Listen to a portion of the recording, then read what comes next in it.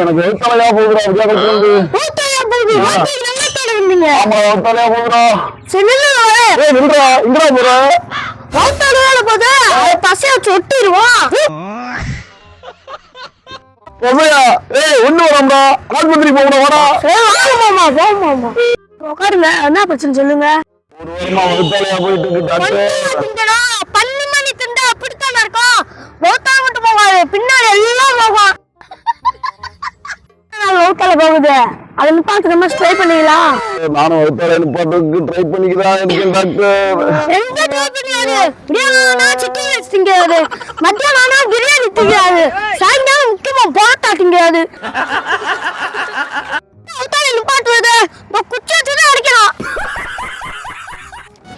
மருந்து மாத்திரை எழுதியிருக்கேன் இதை சாப்பிட்டேன்னா எந்த காத்துலயும் ஊத்தாலே உங்களுக்கு வராது